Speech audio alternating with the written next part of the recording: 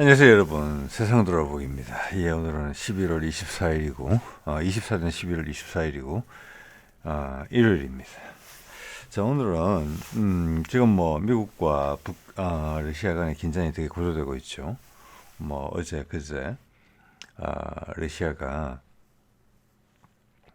새로운 미사일을 우크라이나에 발사를 함으로써 그것은 물론 이제 미국과 영국이 러시아 본토 내로 그들의 무기를 이용해서 우크라이나 군이라는 이제 껍질을 활용해서 공격을 했는 그 부분이 있죠. 즉 확전을 하겠다 이런 부분인데, 그 확전의 당사자인 조 바이든은 지금 임기가 2달밖에 남지 않았다. 상당히 애매한 이제 상황이죠. 예, 그런 말씀 드렸는데, 여기에 윤석열이 이 부하 내동에서 올라탈 가능성이 상당히 높다. 그러면 윤석열 현재 입장과 조 바이든의 입장과 상당히 동일해지는 거예요. 조 바이든 임기 내내 윤석열과 되게 갈등을 빚었는데, 이번만큼은 이제 묘한 일치를 보는 그런 상황인데, 거기에서 러시아가 공식적으로 반응을 보였죠. 남한이 우크라이나 무기를 지원하면 어떻게 되느냐에 대해서. 예, 이거 상당히 중요한 결정이에요. 네. 갑자기 우리 윤석열이 미국 딥스테이트에 천병으로 지금 나서는 그런 상황이 좀 됐거든요. 일본은 이시바가 지난번에 총선에서 대패하는 바람에 그것도 역대급 패배죠. 따지고 보면은 뭐 아시아 나토나 이런 목소리가 쑥 들어가는 상황인데, 지금 홀로 남은 윤석열이 이제 부르짖고 있는 것인데, 이것이 어떤 종말로 가는 어떤 신호탄이다, 아니면 어떤 극점으로 다가서는 어떤 그 순간들이다. 결론을 쉽게 예측하기는 좀 어렵지만, 네, 이런 신호탄으로 보입니다. 자, 그런 내용을 좀 다뤄보고요. 러시아의 반응을 주로 해서 그 외에 또 중요한 여러 가지 세상의 흐름에 중심과 상관이 있는 일들이 좀 있었습니다. 자, 거기를 좀 설명을 드리고 제 의견을 말씀을 드리고 부연 설명을 좀 드려보겠습니다. 네. 자, 이겁니다. 타스통신에 나온 것이죠. 러시아의 외교부 차관이 한 이야기입니다. 제가 이런 거 직접적으로 언급 나온 건 처음 본 것 같아요. 뭐 과거 1년, 2년 전에도 나왔지만 지금은 느낌이 다르잖아요. 그때는 우크라이나가 뭐 무기가 모자란다 이런 이야기가 나왔을 때고, 바이든의 임기가 짱짱하게 남아있을 때지만, 지금은 건물이잖아요. 건물의 마지막 불꽃을 태우는 거거든요. 늦여름의 더위처럼. 여기에 윤석열이 올라탈 가능성이 있다 라고 러시아가 본다는 것을 의미합니다. 물론 내부적으로 그런 이야기를 많이 하고 있죠. 예, 여러 가지 윤석열 정부의 안전한 통행, 그리고 이제 어떤 검찰 정권의 계속 영속성, 또 그 위에는 당연히 이제 김건희의 안전을 보장하기 위한 부분이 있는 거죠. 예. 김건희는 계속 징검다리를 활용해서 계속 살아남으려고 하는 것 같아요. 거기에 이제 대외적인 요소로서 이걸 써먹는 것이고, 대내적인 요소로서는 여러 가지가 있죠. 특히 이제 이재명과 관련된 그런 부분이 좀 있을 것 같습니다. 예. 그래서 거기도 지금 약간은 반이성적으로 좀 접근하고 있다 이런 느낌이 조금 들어요. 예. 거기에 대해서 이제 러시아 이런 이야기가 나왔는데, 이것은 남한 정부의 남한의 여러 정치 세력에 주는 메시지도 있고요. 단지 미국과 서방에 대해서만 메시지를 주는 게 아닙니다. 지금 나토 전체가 아니에요, 제가 봐서는. 여러분 각자 생각해 보십시오. 제가 쭉 흐름을 보기에 지금 살아남은 세력은, 독일은 분명히 빠졌어요. 그리고 프랑스도 빠지려고 그러는 거예요. 이것은 이제는 대륙 세력과 해양 세력의 차이다 이렇게 봐야 될 것 같아요. 나토는 이미 붕괴됐다. 지금 남아있는 것은 영국과 미국이다. 러시아가 전쟁을 치른다면. 그래서 러시아 쪽에서 이야기가 나오는 거죠. 이번에 발사한 극초음속 미사일이 영국으로 갈 수 있다. 마침 또 그런 일이 발생했죠. 영국에 있는 미국 대사관 근처에서 폭발물이 발견돼서 영국에서 안전 차원에서 미리 폭발을 시켰다. 그래서 큰 굉음이 나왔다. 제가 그 기사를 보고 외국 기사였습니다. 댓글을 딱 보니까 첫 번째 댓글이 이거더군요. 폴스 플래그이다. 자작극이다. 러시아가 영국 주재 미국 대사관을 날리려면 지금 여러 가지 그런 이제 서로가 주고받은 테러적인 사건이 많아요. 지난 1, 2년간에 했으면 바로 폭발을 하지. 그걸 어설프게 들키겠느냐 사전에 그런 생각이 들더라고요. 분명히. 자, 이것은 영국은 지금 현재의 미러 긴장 상태가 아니면 살아남을 수 있는 구석이 없다. 저는 이제 그렇게 보거든요. 영국의 한 나라를. 그래서 첫 번째 댓글에 자작극이라는 이야기가 상당히 눈에 들어왔습니다. 예, 오히려 미국보다 더 심한 것 같아요. 영국은. 네, 미국은 어차피 지금 트럼프라는 새로운 대통령이 당선이 되어 있지 않습니까? 영국은 이것도 아니고 저것도 아니거든요. 이해가 될 법한 여지도 있는데 거기에 올라타는 게 우리 한국의 윤석열이다. 그만큼 급하고 궁지에 몰렸다. 여러 가지 많은 일들이 예상 밖의 많은 일들, 우리가 경험해보지 못했던 많은 일들이 발생할 것이라고 봅니다. 우리나라에서도. 자, 러시아의 반응이 이렇습니다. 남한이 우크라이나에 무기를 지원하게 되면 가능한 모든 방법을 동원해 대응할 것. 네. 가능한 모든 방법을 동원해서 대응할 것. 네. 자, 요 러시아의 반응에 대한 부분은 그냥 사실관계만 전달드릴게요. 발언 위주로. 자, 이 발언을 한 사람은 러시아 외교부 차관 안드레이 루덴코입니다. 자, 그럼 여러분 이제 한번 생각해 볼게. 이게 당연히 푸틴의 발언도 아니고 지금 러시아의 외교장관을 오래 하고 있는 라프로프는 상당히 외교가에서 인정을 받는 사람으로 좀 알려지고 있어요. 그가 한 발언도 아니에요. 차관이 한 발언이거든요. 자, 이것은 뭘 의미하는고 하니 경고성 발언이라는 겁니다. 현안이 아니고, 예, 그렇지만 공식적인 발언인 거죠. 그런 기운이 느껴진다라는 것이죠.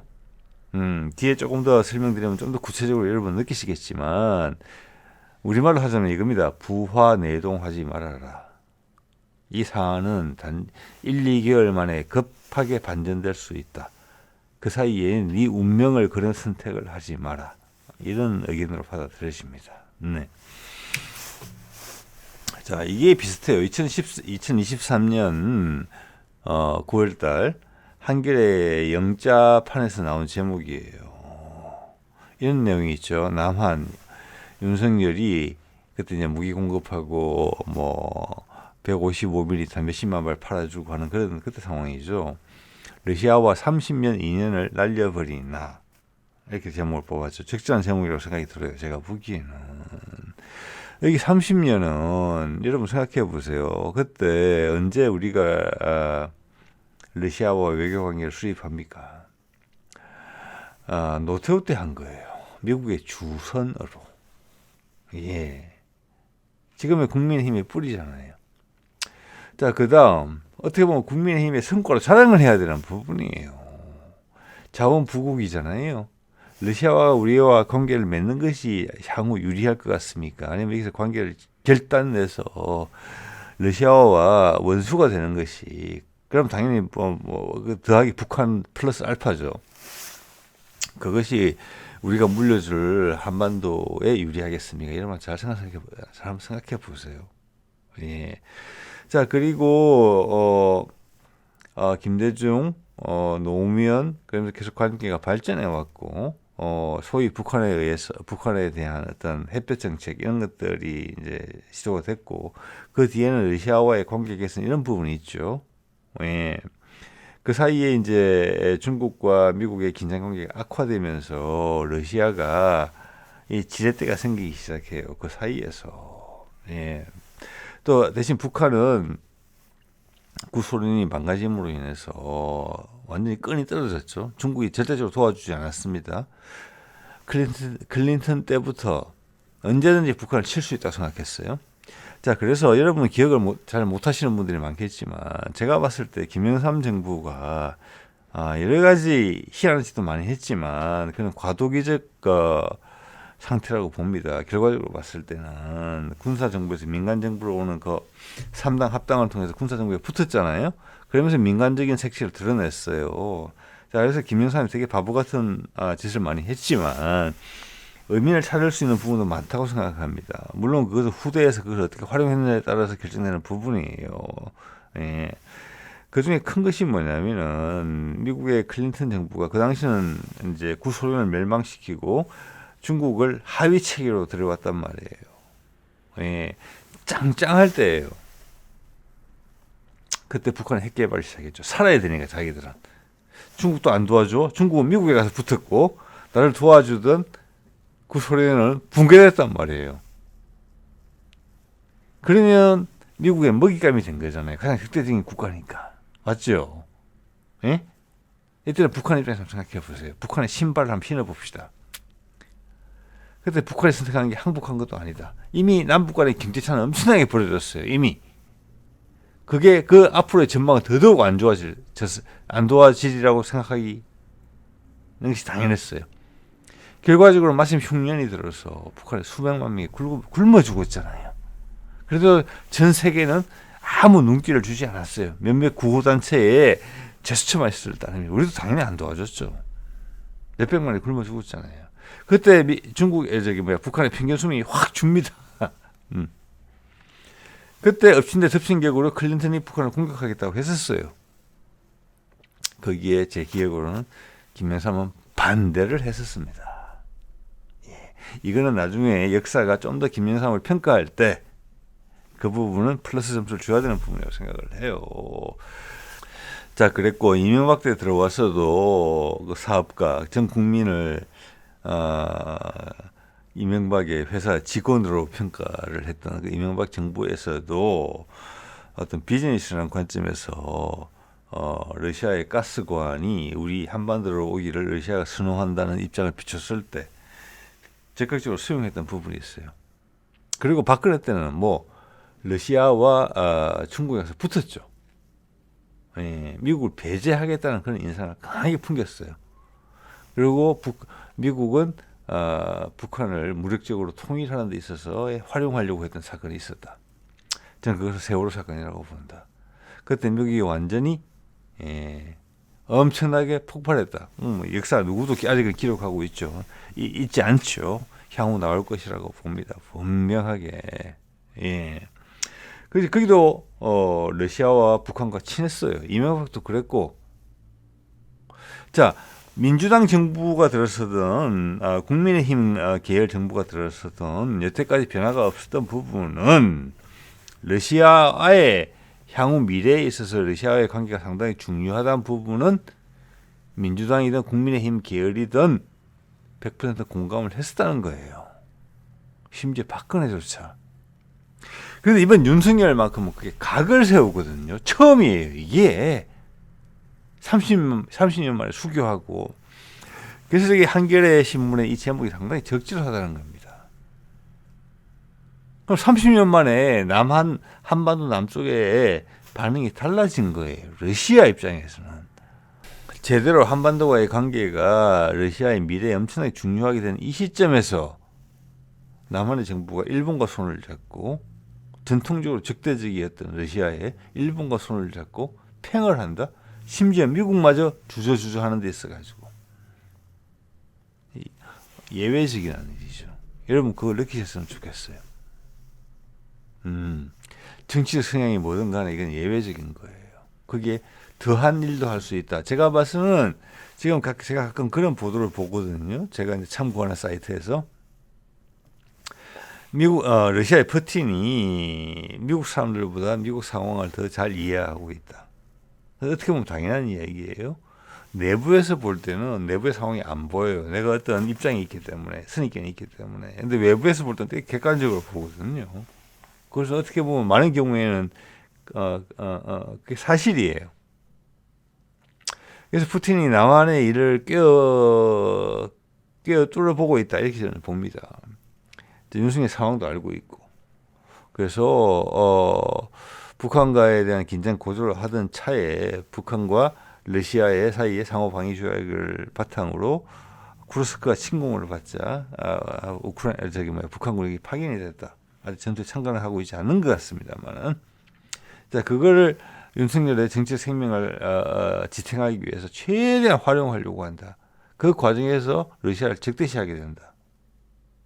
그래서 미국의 딥스테이트 조마조마해하는 일을 우리가 마치 유럽의 나토의 일원인 양 행동을 하겠다. 20여반제 힘이 빠져나가 떨어진 상황에서 지난번 국회의원 선거에서 참패를 하면서 이 상황에서 러시아가 한마디 나오는 건 당연한 것이죠. 엄청나게 중요한 실수를 할 수 있다.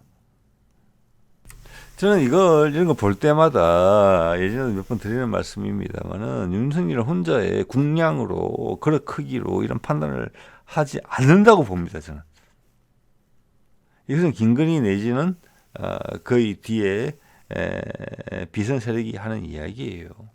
윤석열은 대통령이 되기 전부터 껍데기에 불과했어요. 많은 분들이 속은 거죠. 거기에 대해서. 그 옛날 이야기고요. 자, 그러면 러시아의 외교부 차관이 한 이야기를 들려드리겠습니다.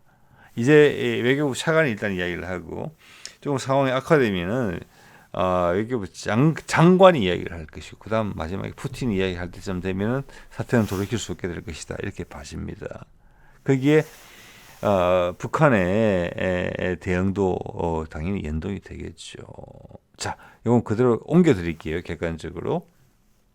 남한 무기로 러시아 이거 타스 통신에서 나온 이야기예요. 러시아 국민을 살상하게 되면은 두 나라 사이의 관계가 파기될 것이다. 우리 수교국입니다. 30년 됐어요. 아까 말씀드렸어요. 좀 전에 제가 한참. 그렇게 된다면은 모든 방법을 통해 강구해서 대응할 것이다. 이게 모든 방법이라는 부분에서 제가 이제 특히 유념할 수 있는 부분은 지난 이제 몇 개월 전에 체결이 됐던 북러 상호 방위 조약이에요. 직접적으로 러시아가 한반도에 개입할 수 있는 것은 그 조건일 가능성이 가장 높다고 보거든요. 러시아 당연히 알고 그런 얘기를 했다고 생각합니다. 자, 이것은 북한에 대한 도발이 연계될 수 있다는 거를 암시하고 있다고 봅니다. 북한에 대해서. 러시아를 핑계로 러시아를 도와주는 북한을 징치하겠다. 한반도에서 직접. 이런 십자군적인 생각을 할 수 있다는 거예요. 러시아가 지금 이 멘트를 잘 들여다보면은 러시아가 윤석열 정부의 상황을 잘 이해하고 있다는 게 느껴집니다. 예. 또 한 번 더 확인 사슬을 하잖아요. 이렇게 남한 자체의 안보를 강화한다고 보기도 어려울 것이다. 예, 남한 자체의 안보가 더 위협에 빠뜨릴 것이다. 뭔가 시도를 할 것 같아 보이는데 네가 만약 무모하게 그 시도를 하게 되면 대치기를 확실히 당할 것이다. 이런 메시지라고 저는 이해를 합니다. 남한은 지금의 상황을 냉정히 판단하고 충동적인 선택을 자제하기 바란다. 저는 여기 이 말에 대해서 부인할 게 별로 없다고 봅니다. 예. 자, 남한 정부는 장기적인 안목에서 살피기를 바라며 상황을 장기적인 안목이죠. 단기적인, 즉 2달밖에 안 되는 단기적인 이게 재밌죠. 자, 이 말은 뭐냐면 트럼프 당선까지, 트럼프의 취임까지 2달 남았잖아요. 마지막 불꽃을 피우는 거잖아요. 수석거리를 놓겠다는 거잖아요. 트럼프가 수습하기 어렵게. 그죠? 그런데 거기에 천병으로 윤석열이 나서겠다는 것이고, 자, 지금 딥스테이트의 입장은 원래 돌아섰었는데 바이든이 왠지 모를 정신적인 장애로 인해서 무모한 짓을 감행을 했어요. 그래서 정상인으로 보이는 윤석열이 여기에 발을 들이밀겠다. 그럼 여러분의 딥스테이트 입장에서 어떻게 생각하겠습니까? 웰컴 이렇게 이야기하겠죠. 웰컴 할 때는 윤석열이 아니에 대한 생각하지 않겠죠. 네. 단기적인 그리고 외부의 영향에 기인한 판단을 내리지 않기를 바란다. 이 외부의 영향이라는 말을 썼어요. 자, 이 말은 상당히 의미가 깊어요. 윤석열이 이런 결정을 내렸다는 게 자체가 윤석열 스스로의 판단이 아닐 수 있다는 이야기를 러시아가 가지고 해주고 있는 겁니다. 제가 지금 2, 3년간 살펴보건데 러시아의 공식 발표에는 거짓말이 별로 없습니다.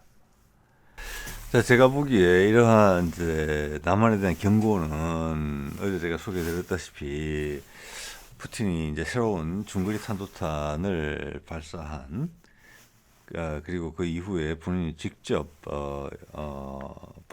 대국민 이제 담화를 이야기한 그 다음 날 지금 발생한 거거든요. 지금 이게 저 이 말은 제가 해석하기로는 여러분도 나름대로 해석해 보시기 바랍니다. 예. 다른 유럽의 국가도 아니고 물론 영국에 대한 이야기를 했습니다만은 지금 봐서는 독일은 빠졌고 프랑스도 발을 들이밀지 않은 것 같아요. 그럼 대륙과 해양색이 분명히 갈라졌어요. 나머지 나토국들은 아마 지금 정신이 없을 거예요. 돌아가는 상황을 이해를 못하고 있는 것 같거든요. 제가 봐서는. 그래서 영국과 미국 정도인데 거기에 일본은 힘이 없어져서 이시바가 지금 제정신이 아니기 때문에 국내 정치적으로 기반이 기반이 붕괴됐기 때문에 여기에 지금 윤석이 손을 들고 나가겠다는 거예요. 여러분들이 원하면은 극악무도한 러시아를 지원하는 우리의 철천지원서 북한을 우리가 밑에서부터 붕괴시켜줄게. 이런 충동적인 사고를 할 수 있다는 거예요. 자, 단기적으로 사고하지 말라고 그랬잖아요. 자, 이거는 뭔 이야기냐면은 앞으로 트럼프가 취임하기 전인 2달간의 희한한 일이 발생할 수 있다. 저는 그런 경고로도 이해가 됩니다. 여러분 생각해 보세요. 자, 이거는 어제 발사한 그 새로운 미사일에 즉 중거리 미사일 사거리 5,500km까지 즉 유럽 전역을 타격할 수 있는 그 미사일이 우크라이나의 드니프로에 탄착하는 장면입니다. 제가 이걸 봤는데 여러분 국내 언론에서 보도했는지 모르겠어요. 동영상으로 돼 있는데 제가 동영상이 나오는 부분을 하나 걸어놓긴 하겠습니다. 제가 이거 봤을 때 처음에 지금 서방에서 이걸 보도할 때 한 발을 발사했는지 여러 발을 발사했는지 좀 헷갈려하는 부분이 있더라고요. 근데 제가 오늘 좀 명확히 제 나름대로 이해를 했습니다. 오류가 있을 수는 있어요. 제 생각을 말씀을 드려볼게요. 이게 보면은 최소한 이 그림에 보이는 게 4발이 동시에 떨어지는 겁니다. 4발에서 한 10발 정도 여기 양쪽에 또 떨어지거든요. 한두 발씩. 그래서 최소한 4발에서 많게는 10발 정도까지가 동시에 떨어졌다. 그렇기 때문에 서방에서 헷갈려 한 거예요. 이게 한 발이냐 10발이냐. 근데 푸틴이 스스로 언급했잖아요. 실험적인 발사였다. 새로운 미사일, 새로운 유형의 미사일이에요. 중거리 미사일에 특화된 거. 이건 활공형 미사일이 아니에요. 활공형은 전 세계를 아우르는 사정거리를 가지고 있거든요. 그래서 제가 어제 말씀드렸잖아요. 이거는 최근에 이란이 소개했던 그리고 이스라엘의 방공망이 막아내지 못했던 파타 등 극초음속 미사일인데 추가 추진력을 가진다. 이 핵심은 뭐냐면 2가지예요. 이스라엘 방공망이 막을 수 없었던 이유는 날아오면서 방향을 바꾼다. 그것은 탄두에 날개가 있는지 없는지를 보면 돼요. 방향을 바꾸는 거예요. 그래서 탄도탄 궤적으로 오지 않는다. 그래서 미래 방향을 예측하기가 어렵다. 지금의 대부분의 탄도탄 요격체계는 미래 방향을 예측해요. 그 예측의 기준은 탄도탄 궤적으로 날아온다는 것이거든요. 바뀌고 있지만 이때까지 이스라엘은 주변의 아랍국의 수준을 한 단계 낮게 봤기 때문에 기껏해야 탄도탄 궤적이다라고 보고 그들의 방공망 체계가 돼 있다는 것입니다. 예. 그래서 날개가 있어서 물론 날개가 있으면 대기권 내에서 방향을 바꿀 수 있어요.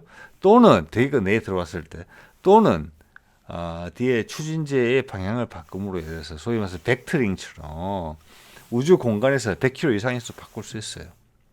그것까지는 제가 결론적으로 말씀드릴 수는 없어요. 양쪽이 다 방향을 바꿀 수 있을지 몰라요. 왜냐하면은 이스라엘 방공망이 에로 시스템이 보면은 우주 공간에서 요격 능력도 포함이 되어 있거든요. 그렇기 때문에 우주 공간에서도 벡터링 분사 방향을 바꿈으로 인해서 탄두가 방향을 바꿀 수도 있다고 봅니다. 추가로 날개가 달려 있기 때문에 대기권이 거의 고도 30km 이하로 들어와서도 방향을 바꾼다. 어렵다 그러면. 거기다가 공기의 마찰로 인해서 속도가 계속 줄게 돼 있는데 일반적인 탄도탄이면은 그래서 목표물에 다다를 때는 마하 5 정도밖에 안 되는데 그 속도를 높이기 위해서 뒤에 추가 로켓 추진제 같은 게 들어있다. 그래서 마하 5 훨씬 이상으로 탄착할 수 있다. 그래서 어제 푸틴도 우리 새로운 미사일은 마하 10 이상으로 목표물에 돌입한다.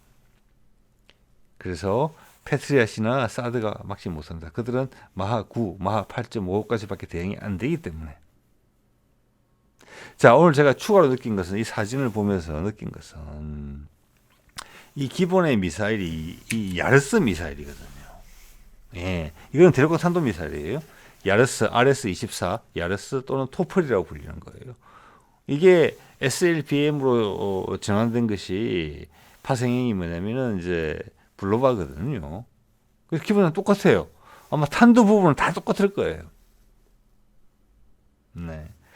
자, 뭐 당연히 이제 SLBM으로 쓰려면은 잠수함의 수직 발사관에서 수면에 올라올 때까지는 공기로 밀어내는 부분이 있을 거예요. 그래서 수면에 올라오면 그때 점화되는 요 정도 차이예요. 근데 이 야르스 24를 기준으로 했고 이걸 26 야르스 26이 있는데 그거는 고도 100km 이상 올라가서 전 세계를 사정거리로 두는 아방가르드 활공형 미사일의 발사체로 사용됐어요. 그거는 높이 올라갈 필요가 없기 때문에 밑에 단을 하나 잘랐어요. 한 단이 하나 줄었어요. 그 말은 나머지는 비슷하다는 거예요. 탄도도 똑같다는 거예요. 여러 개 다탄도 들어간다는 거거든요. 자, 거기다가 사거리 5,500km만에만 걸리는, 즉 미국이 중거리 미사일 조약에서 일방적으로 탈퇴함으로써 트럼프 때 러시아는 새로운 미사일을 개발할 수 있는 여력이 생겼고 공간이 생긴 거예요. 그걸 메꿨다는 거예요. 그것을 야르스에서 출발한 미사일로 활용했고 전 세계적인 사거리를 가지는 것은 이미 아방가르드가 있기 때문에 그리고 또한 전통적인 ICBM으로는 야르스가 있기 때문에 그게 아니라 새로운 미사일을 개발했다는 거죠. 똑같은 다탄두인데. 네. 자, 야르스 같은 경우도 보더라도 사정거리가 11,000에서 12,000, 이건 미국을 다 때린다는 거예요. 안에 복합적으로 개별적으로 돌입할 수 있는 개별적 목표에 대해서 탄두수가 그 핵탄두의 위력에 따라서 3개에서 10개 정도 들어간다는 거예요. 자, 이것을 이번에 새로운 미사일에 구현을 했는데 이것은 사거리가 5,500km짜리다. 극초음속이다. 이게 다르다는 부분이에요. 즉 이란이 지난번에 활용했던 탄두에 추가적인 동력이 들어있고 날개가 있어가지고 탄두가 방향을 바꾼다는 부분, 그거를 적용했다. 그렇지만 이란 같은 경우는 그리고 북한 같은 경우는 미사일 하나당 탄두가 하나인데 이거 요번에 새로 실험한 것 같은 경우는 좀 사진에 보셨죠? 여러 발이 동시에 탄착을 해요. 엄청나게 빠른 속도로. 그것을 이란의 최근에 극초음속 미사일처럼 같은 기능을 가진 것을 그리고 속도도 더 빠른 것을 여러 발을 배치했다. 여러 발을 넣었다. MIRV를 새로운 형태로 개발했다는 거예요. 단거리용으로. 중거리용으로 그렇게 말씀드려야 되겠네요. 그리고 각각의 MIRV가 동력을 가진 것으로, 즉 거꾸로 이야기하면은 RS-24처럼 대표적인 ICBM도 그런 기능을 가졌을 수 있다. 여태까지 아무도 공개된 적이 없기 때문에 구체적 내용에 대해서. 그래서 미국 방공망이 막지 못한다라고 이야기가 나왔다는 게 그것과 비슷하다. 그래서 그것의 사거리를 줄인 형태다. 그리고 재래식 탄두를 넣었다. 이미 활용되고 있는 기술이다. 그리고 그 기술이 이란과 북한에 전수됐다. 이렇게 봐야 된다고 저는 봅니다. 감히. 왜냐? 이게 세계 3차 세계대전으로 간다면 이란과 북한이 최소한 북한이 첫 번째로 동참할 것으로 보이거든요. 자, 결론적으로 말씀드리면 이번에 러시아는 실험적으로 미사일을 한 발 발사했다. 한 발. 날아가는 과정에서 탄두가 여러 개가 나왔다. 6개 이상이. 저는 그렇게 봅니다. 통상적인 경우에는 그게 핵탄두가 돼야 되지만 이번에는 재래식 탄두를 넣었다. 여러 목표로 흩어져서 쏜 게 아니고 이번에는 시범적으로 항공 무기를 생산하는 우크라이나 공장에 집중적으로 떨어졌다. 그렇지만 그들이 핵탄두를 넣고 원한다면 각자 다른 목표로 갈 수 있다. 마하 10 이상의 돌입 속도로 막지 못한다. 그렇기 때문에 이것은 강력한 메시지라고 보셔야 돼요. 자, 여기에 대해서 푸틴이 이야기를 했죠. 단계적으로 또 수위를 높이게 되면 거기에 맞는 대응을 해줄 것이라고 이야기를 했어요. 자, 이것은 여기서 미국이 멈추지 않고 계속 수위를 올릴 가능성이 있다고 본다는 거예요. 2달 동안. 그래서 푸틴의 입장은 이것은 바이든의 짓거리다. 거기에 대응해서는 꼭 그거 이상으로 대응해 주겠다. 라고 이야기를 한 거예요. 그러면서 동시에 지금 트럼프와는 계속 협상 채널이 열려 있는 거잖아요. 예, 이렇게 일단은 방향을 잡은 것으로 봐요. 그렇기 때문에 새로운 미사일, 이제 한 발만 쏴서 최소한 뭐 5개, 6개 이상의 목표를 동시에 타격할 수 있기 때문에. 유럽에는 유럽 국가만 있는 게 아니죠. 오늘 처음으로 언급된 게 영국입니다. 예, 영국은 이 상황에 긴장 상태에 목숨을 걸었어요. 그 다음 푸틴이 푸틴이 아니라 러시아가 언급한 게 한국이에요. 자, 새로운 연대가 구성이 된 거예요. 미국, 영국, 한국이에요. 프랑스 아웃, 독일 아웃, 일본 아웃이요. 나머지는 관심 없죠. 나토는. 나토 괜히 가입했구나 이런 생각하겠죠. 우리가 거기에 등장한 거예요. 예, 이게 이 의미라고 저는 봅니다. 네. 자, MIRB에 대한 설명이죠. 이것은 위키피디아에서 가져온 것입니다. 복수의 독립적 재도립체. 예, 영어로 하면 멀티플 복수죠. 인디펜던트라는 부분이 중요한 겁니다. 각자 다른 목표를 향해서 갈 수 있다는 거예요. 이번 우크라이나 같은 경우는 그 여러 개의 탄두가 한 목표를 갔어요. 제한적으로 민간인이 아무도 없는 군사시설을 타격하기 위해서. 근데 원한다면 각기 6개가 다른 목표를 갈 수 있어요. 한 발을 쏴서 6발 효과를 넣는다는 겁니다. 그래서 핵탄두가 되게 되면 그 위력은 어마어마하겠죠. 예. 자, 이런 의미고요. 이런 걸 봤을 때 저는 그런 추정을 감히 하게 돼요. 최근에 이제 북한이 화성 후반 때 고체 로켓 기술을 선보이고 있는데, 특히 미국 대선 전에 고체 로켓 기술이 갑자기 액체 로켓에서 고체 로켓으로 빠른 속도로 변했거든요. 그때 이미 기술 이전이라는 부분이 있었다. 러시아와 이렇게 보고요. 이 재도립체 기술도 이미 기술교류가 있었다. 이렇게 봅니다. 북한 자체 개발이라기보다는 우리의 많은 무기 체계도 러시아와의 군사 협력에서 온 게 많습니다. 왜? 미국이 그 기술을 갈라주지 않았으니까. 북한도 마찬가지예요. 여기서 푸틴은 지금 오랫동안 집권하고 있어요. 20년 이상. 여기서 푸틴이 놓는 포석에 대해서 우리가 생각해 봐야 돼요. 남북한을 다 살찌우고 있다. 이렇게 결론을 낼 수 있거든요. 네. 네.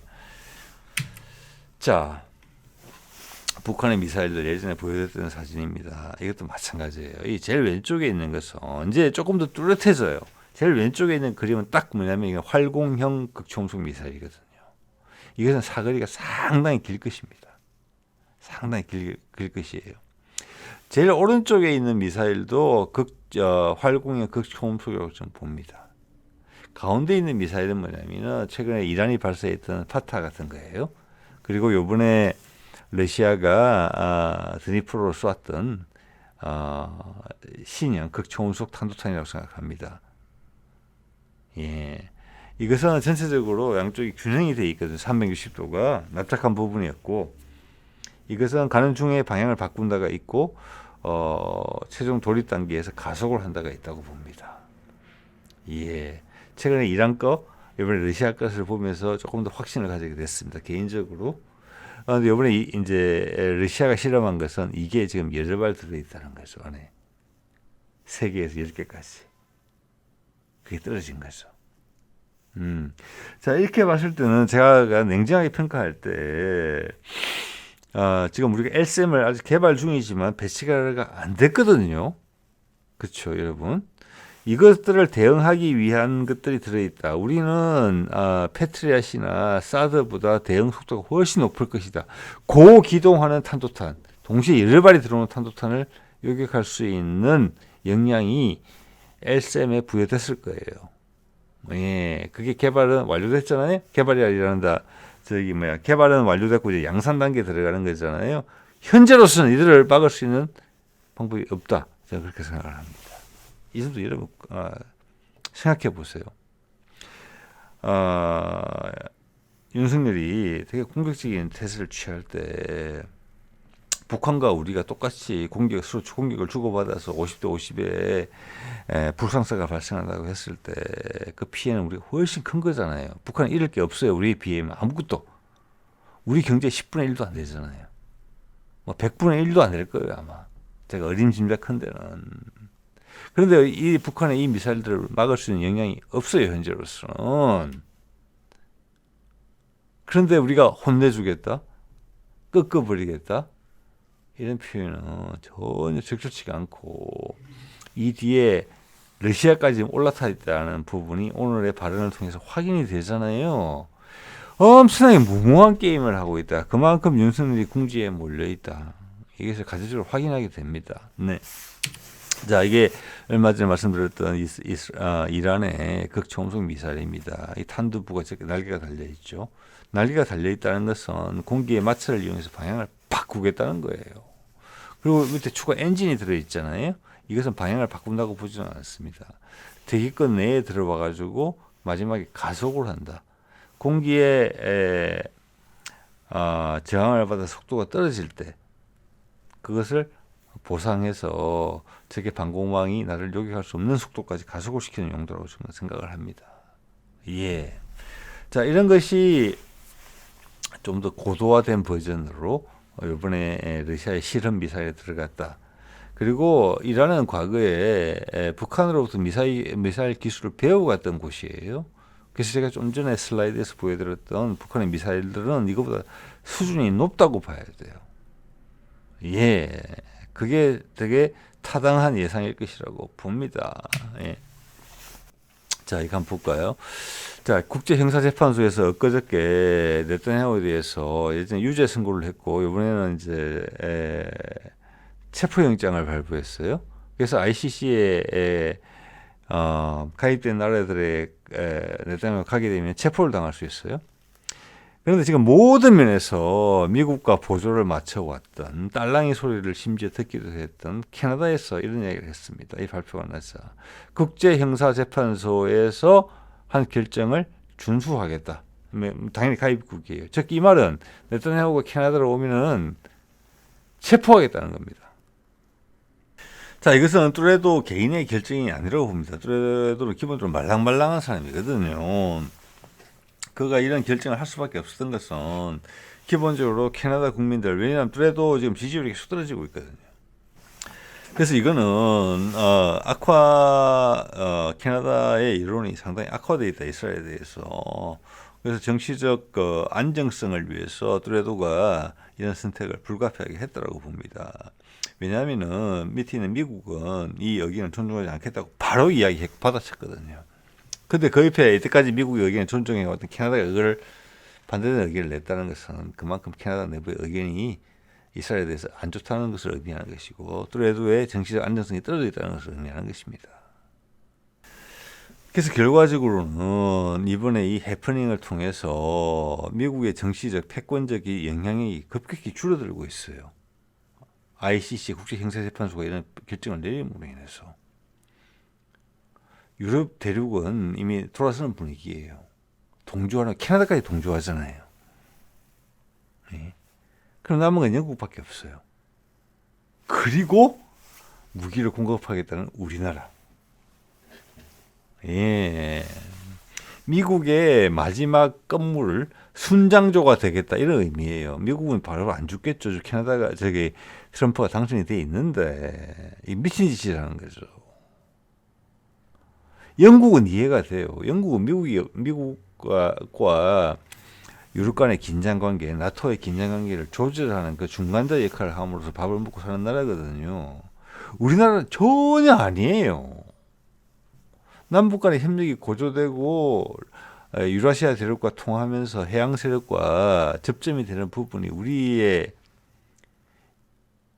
그러니까 고조선 이래 최대의 번영을 구가할 수 있는 우리의 뜻을 마침내 이때까지 거세되어 왔던 많은 부분들이 다시 살아나는 우리의 DNA 속에 내장되어 있던 그 기억들이 한번 더 꽃을 피우는 세상을 리드할 수 있는 그런 기회가 될 수 있는 거거든요. 근데 앞장서서 순장조가 되겠다는 거거든요. 예. 자, 이것은 위키피디아에서 가져온 자료고 초록색에 있는 나라들이 ICC 국제형사재판소에 가입한 나라들입니다. 지금 푸틴도 전쟁 범죄로 인해서 여기에 지금 체포영장이 발부돼 있어요. 그렇지만 그것은 많이 왜곡되어 있는 것이죠. 사실은 네타냐후에 비할 바가 아니고 브릭스의 영향이 커지고 세상의 여론이 진실에 대해서 좀 더 알게 되면서 그건 아무 의미가 없을 거예요. 얼마 전에 몽골 방문했을 때 몽골도 가입한 국가예요. 초록색이 있는 데가 지금 가입한 국가거든요. 초록색이 있는 국가에 가면 체포를 해야 돼요. 근데 푸틴 체포 안 당했잖아요. 초청받아서 잘 갔다 왔잖아요. 자, 여기 보면은 여기 고동색으로 돼 있는 지역은 가입에다가 탈퇴한 국가예요. 미국은 가입에다 탈퇴했어요. 여기는 존중하니 많이 이야기할 계제가 없어요. 미국은 자기는 탈퇴했기 때문에 그냥 미국 와서 안 잡으면 돼요. 바깥으로 의견 낼 필요가 없어요. 왜? 탈퇴로서 그걸 이미 했으니까. 근데 보십시오. 한국하고 일본은 가입돼 있어요. 자, 원칙적으로는 우리나라와 일본에 네타냐후가 오면 우리는 잡아야 돼요. 네타냐후를. 재밌죠? 예. 자, 이런 게 있고요.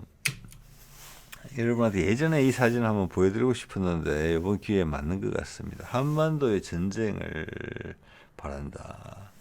자, 우리는 어떤 데 가면 러시아를 우습게 말하고 러시아를 두렵게 말하고 또 중국을 우습게 말하고 또 중국을 경제적으로 중요하다고 말한다.